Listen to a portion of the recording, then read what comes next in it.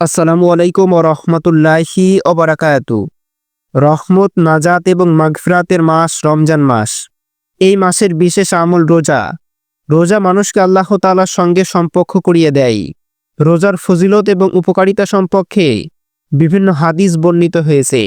রোজার ফজিলত সম্পর্কে আল্লাহর রাসূল সাল্লাল্লাহু আলাইহি ওয়াসাল্লাম বর্ণিত 5টি হাদিস আজকের ভিডিওটিতে আলোচনা করা হবে। নাম্বার 1, হযরত আবু হুরায়রা রাদিয়াল্লাহু তাআলা আনহু থেকে বর্ণিত, রাসূলুল্লাহ সাল্লাল্লাহু আলাইহি ওয়াসাল্লাম ইরশাদ করেন, যে ব্যক্তি ঈমান অবস্থায় আল্লাহ তাআলার সন্তুষ্টি এবং সওয়াবের নিয়তে রমজানে রোজা রাখবে, তার অতীতের সমস্ত গুনাহ মাফ করে দেওয়া হবে। নাম্বার 2, হযরত আবু হুরায়রা রাদিয়াল্লাহু তাআলা আনহু থেকে বর্ণিত, রাসূলুল্লাহ সাল্লাল্লাহু আলাইহি ওয়াসাল্লাম ইরশাদ করেন, 5 ওয়াক্ত নামাজ এক জুমা থেকে অপর জুমা, এক রমজান থেকে অপর রমজান, অর্থাৎ যারা 5 ওয়াক্ত নামাজ আদায় করে, জুমার নামাজ আদায় করবে, রমজানে রোজা রাখবে, মধ্যবর্তী সময়ের গুনাহের জন্য কাফফারা হয়ে যাবে। শর্ত হলো উক্ত সময়গুলোতে কবিরা গুনাহসমূহ হতে বিরত থাকতে হবে।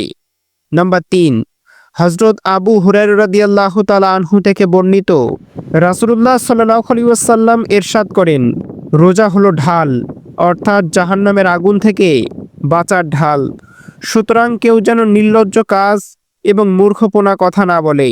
যদি কেউ তার সাথে ঝগড়া করতে আসে, তখন যেন সে বলে দেয়, আমি রোজাদার, আমার সত্তার কসম, রোজাদারের মুখের দুর্গন্ধ আল্লাহ তাআলার কাছে মিশকের সুঘ্রাণ থেকেও বেশি উৎকৃষ্ট, কারণ সে আমার জন্য তার খাবার পানীয় এবং শারীরিক চাহিদা ছেড়ে দিয়েছে। রোজা আমার জন্য, আর আমি সেটির প্রতিদান দেব।